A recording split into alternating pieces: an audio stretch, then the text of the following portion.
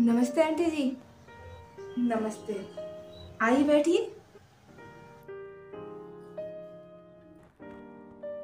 क्या लेंगे आप, चाय या कॉफी? नहीं बेटा, मुझे कुछ नहीं चाहिए। बस मुझे ना तुमसे कुछ बात करनी थी। जी आंटी जी बताइए। वो बेटा, 1 तारीख है, नया महीना शुरू हो रहा है तो। अच्छा, तो आप मकान के किराए के बारे में बात करने आई हैं? अरे आंटी जी, आप बिल्कुल चिंता मत करिए। मोहित जी ना कभी लेट नहीं करते।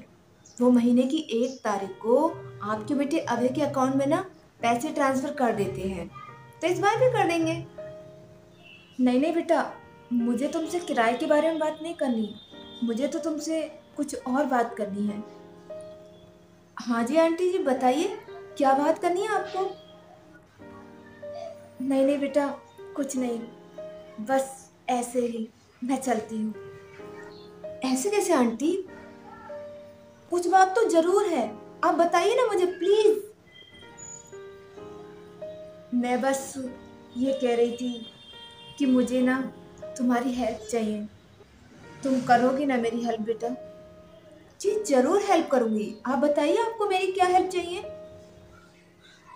बेटा, मुझे कुछ पैसों की जरूरत है। मैं तुम्हारे घर का काम कर दूंगी और तुम मुझे बदले में कुछ पैसे दे देना। आंटी जी, पैसों की क्या जरूरत है आपको? आपका 3 मंजिल का मकान है और हम खुद आपके यहाँ किराए पर रहते हैं। और अंकल जी भी रिटायर ऑफिसर हैं और उनकी भी पेंशन आती होगी। तो मुझे आपके काम वाली बात को समझ में नहीं आई। बेटा, अब मैं तुम्हें क्या बताऊं। घर का किराया, तुम्हारे अंकल के पेंशन के पैसे, सब अभय के हाथ में रहते हैं। और उसका कहना है कि तुम्हें 3 टाइम का खाना और कपड़े सब मिल तो रहे हैं ना, तो तुम्हें पैसों की क्या जरूरत है? पहले वक्त कुछ और था और अब वक्त कुछ और है। पहले किराए के पैसे, पेंशन के पैसे सब तुम्हारे अंकल और मेरे हाथ में रहते थे, पर अब सब अभय और बहू के हाथ में रहते हैं। हम तो अपने ही घर में पराए हो गए हैं। आंटी जी, अभय भैया और भाभी आपका ख्याल नहीं रखते क्या? क्या आपको ठीक से खाना नहीं देते वो?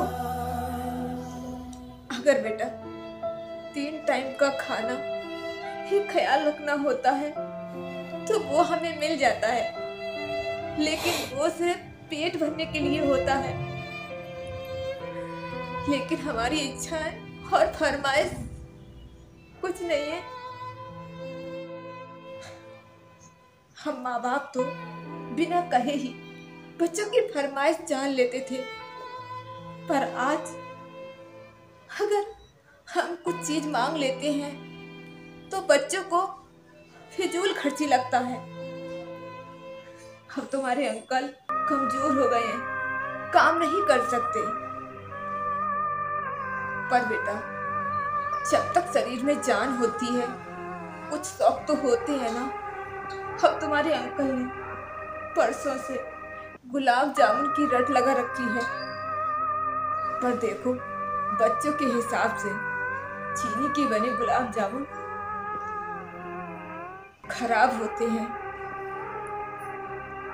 बच्चे अपने शौक के लिए हजारों रुपए खर्च कर देंगे, पर माँ बाप की एक छोटी सी खुशी उन्हें फिजूल खर्ची लगती है। माँ बाप अपने बच्चे की खुशी के लिए सब कुछ लुटा देते हैं, फिर भी दुनिया में अपने आप को सबसे अमीर समझते हैं। पर वही बच्चे माँ बाप की दवाइयों पर और उनकी कुछ ख्वाहिशों को फिजूल खर्चा समझते हैं।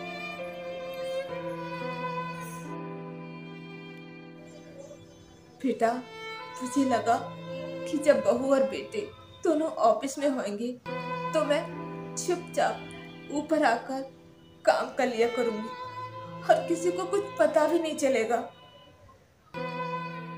बस यही सोचकर मैं तुम्हारे पास आई, तुम्हारे अंकल और अपनी छोटी छोटी जरूरतों को पूरा कर सकूं। इसीलिए मुझे काम चाहिए।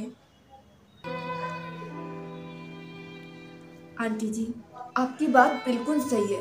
मैं अभी आपको मार्केट से मिठाई मंगवा देती हूँ और आपको ना कुछ पैसे भी दे दूंगी। पर आपको ना काम करने की कोई जरूरत नहीं है। मैं आपको जो पैसे दूंगी ना, आप अपनी जरूरतें उसी में पूरी कर लेना। नहीं बेटा, मैं मेहनत करके ही उनकी और अपनी ज़रूरतें पूरी करूंगी। मुझे आपकी हेल्प चाहिए, किसी तरह का कर्जा नहीं। कोई बात नहीं बेटा, मुझे माफ़ कर देना अगर मेरी वजह से तुम्हें कोई परेशानी हुई हो तो।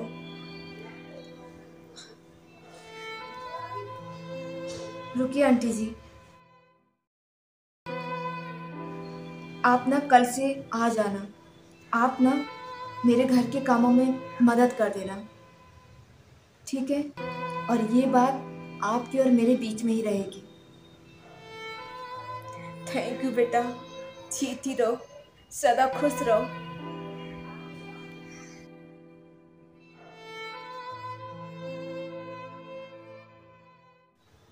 क्या आजकल के बहू बेटे ऐसे होते हैं? मेरी तो सास ही नहीं है